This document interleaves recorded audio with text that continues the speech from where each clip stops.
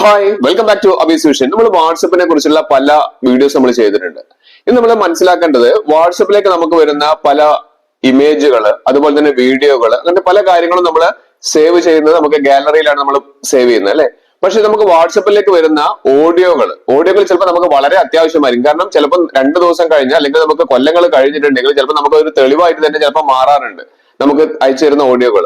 ചില സമയത്ത് നമുക്ക് അയച്ചു തരുന്ന ഓഡിയോകൾ നമുക്ക് പിന്നീട് കേൾക്കേണ്ടതായിട്ടുള്ള അവസ്ഥകളൊക്കെ വരാറുണ്ട്. പക്ഷെ ഇത് നമുക്ക് അതിനുവേണ്ടി എവിടെയാണ് സേവ് ചെയ്ത് വെക്കുക? ഇത് പലർക്കും അറിയാത്തൊരു ഓപ്ഷനാണ്.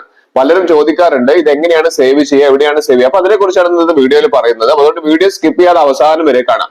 ഏറ്റവും ലാസ്റ്റ് വരെ നമുക്ക് ഓരോരോ പോയിന്റുകൾ പറയുന്നത് കൊണ്ട് സ്കിപ്പ് ചെയ്യാതെ അവസാനം വരെ കണ്ടു കഴിഞ്ഞാൽ മാത്രമേ ഇത് ക്ലിയർ ആയിട്ട് എങ്ങനെയാണ് സേവ് ചെയ്യുക, പിന്നീട് അതിനുശേഷം മറ്റുള്ളവർക്ക് എങ്ങനെയാണ് അയച്ചു കൊടുക്കുക എന്നുള്ള കാര്യങ്ങളൊക്കെ അറിയുള്ളൂ. അപ്പൊ വീഡിയോ മുഴുവൻ കാണുന്നതിന് മുൻപ് എന്റെ ചാനൽ സബ്സ്ക്രൈബ് ചെയ്യാതെ കാണുന്നവരാണെങ്കിൽ ആ സബ്സ്ക്രൈബ് ബട്ടൺ തൊട്ട് ലൈക്ക് ബട്ടൺ പിന്നെ എല്ലാ ഫ്രണ്ട്സിലേക്കും ഇപ്പോൾ തന്നെ ഷെയർ ചെയ്ത് കൊടുക്കാൻ മറന്നു. വാട്സപ്പ് നമ്മളൊന്ന് ഓൺ ചെയ്ത് കഴിഞ്ഞാൽ നമുക്കറിയാം വാട്സപ്പിൽ നമുക്ക് നിരവധി ഫോട്ടോകള്, വീഡിയോകള് നമുക്ക് ഫ്രണ്ട്സ് അയച്ചു തരാറുണ്ട്. ഇതൊക്കെ നമ്മൾ സേവ് ചെയ്ത് വെക്കുന്നത് നമുക്ക് ഫോണിന്റെ ഈ ഫോട്ടോസിലാണ് അല്ലെ, ഗാലറിയിലാണ് ചെയ്തു വെക്കുന്നത്.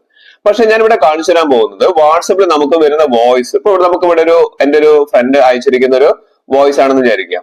ഈ ഒരു വോയിസ് ഇതിലേക്ക് ഒരു വോയിസിന്റെ ഐക്കണാണ് ഇവിടെ കാണിക്കുന്നത്. ഒരു വോയിസ് ആണ് എനിക്ക് അയച്ചത്. ഇത് എങ്ങനെയാണ് നമ്മൾ സേവ് ചെയ്യുക എന്നുള്ളതാണ്. അത് സേവ് ചെയ്യാൻ വേണ്ടി നമ്മൾ ചെയ്യേണ്ടത്, നമ്മൾ ആ പ്രൊഫൈൽ ഒന്ന് ഓപ്പൺ ചെയ്തു. ഇവിടെ നമുക്ക് താഴെ കാണാം, ആ പ്രൊഫൈൽ നെയിം കാണുന്നുണ്ട്. അതിന്റെ താഴെയായിട്ട് നമുക്ക് വന്നിരിക്കുന്ന വോയിസ് നമുക്ക് ഇവിടെ കാണാൻ സാധിക്കും. ജസ്റ്റ് ഒന്ന് പ്ലേ ചെയ്ത് കഴിഞ്ഞാൽ നമുക്കത് പ്ലേ ചെയ്യാൻ സാധിക്കും. ഇത് നിങ്ങൾക്ക് മനസ്സിലാക്കാൻ വേണ്ടി, നിങ്ങൾക്കൊന്ന് പഠിപ്പിച്ചു തരാൻ വേണ്ടിയിട്ട് ഞാൻ തന്നെ ഇട്ടൊരു വോയിസ് ആണ്.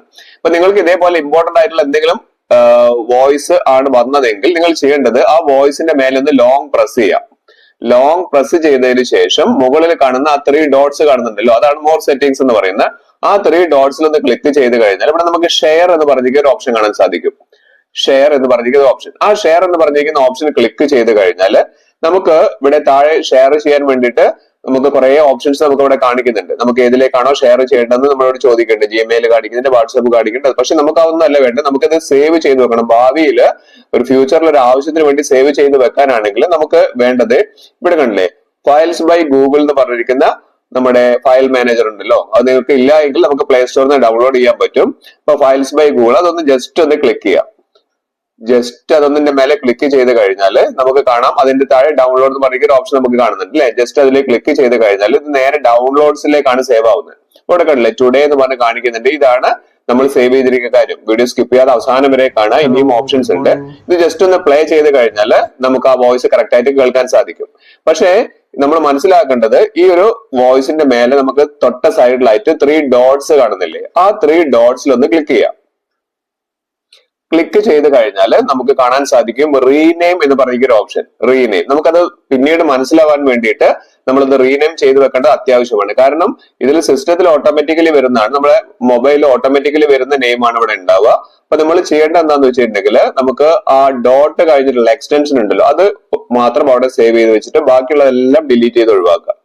ആ ഡോട്ട് OPUS എന്ന് പറഞ്ഞിരിക്കുന്ന ആ ഒരു എക്സ്റ്റൻഷൻ എന്ത് ചെയ്യുക, അത് അങ്ങനെ തന്നെ കീപ്പ് ചെയ്യുക. എന്നിട്ട് നമുക്ക് ഇതിന്റെ ഒരു ഫയൽ നെയിം കൊടുക്കുക. നിങ്ങൾ എന്ത് പേര് വേണമെങ്കിലും കൊടുക്കാം. ഞാനിവിടെ ജസ്റ്റ് ഒന്ന് നൈസ് ഡേ അങ്ങനെ എന്തെങ്കിലും ഒരു പേരാണ് കൊടുക്കുന്നത് വിചാരിക്കുക. നിങ്ങൾക്ക് വേണമെങ്കിൽ നിങ്ങൾക്ക് എന്ത് പേര് വേണമെങ്കിലും കൊടുക്കാം. നാളെ ഓർമ്മ വരാൻ വേണ്ടിയിട്ട് നിങ്ങൾക്ക് പേര് കൊടുക്കാം. ഞാനിവിടെ നൈസ് ഡേ എന്ന് പറഞ്ഞ് കൊടുത്തു. ഞാനിവിടെ ഓക്കെ എന്ന് പറഞ്ഞ് സേവ് ചെയ്യണം. സേവ് ചെയ്ത് കഴിഞ്ഞാൽ നമുക്ക് കാണാം അത് ഒരു സെക്കൻഡ് കൊണ്ട് എന്തായിട്ടുണ്ട്, ആ പേര് അങ്ങോട്ട് ചേഞ്ച് ആവും. അപ്പൊ നമുക്ക് റീനെയിം ആയിട്ടുണ്ട്. കണ്ടില്ലേ, നൈസ് ഡേ എന്ന് പറഞ്ഞ് സേവ് ആയി. ഇത് നമ്മുടെ ഡൗൺലോഡ്സിൽ അവിടെ കിടക്കും. ഓക്കെ, ഇനി നിങ്ങൾ ചെയ്യേണ്ടത്, നിങ്ങൾക്ക് ഈ പറഞ്ഞിരിക്കുന്ന ഫയൽ ആർക്കെങ്കിലും അയച്ചു കൊടുക്കണം എന്നുണ്ടെങ്കിൽ നമുക്ക് 2 ഓപ്ഷൻസ് ഉണ്ട്. അതുകൊണ്ട് സ്കിപ്പ് ചെയ്യാതെ അവസാനം വരെ കാണാം. വളരെ വാല്യുബിൾ ആയിട്ടുള്ള, വളരെ യൂസ്ഫുൾ ആയിട്ടുള്ള ഓപ്ഷനാണ്. നമുക്ക് ഈ 3 ഡോട്ട്സിൽ ക്ലിക്ക് ചെയ്ത് കഴിഞ്ഞാൽ നമുക്കിവിടെ ഷെയർ എന്ന് പറഞ്ഞിരിക്കുന്ന ഓപ്ഷൻ കാണാൻ സാധിക്കും.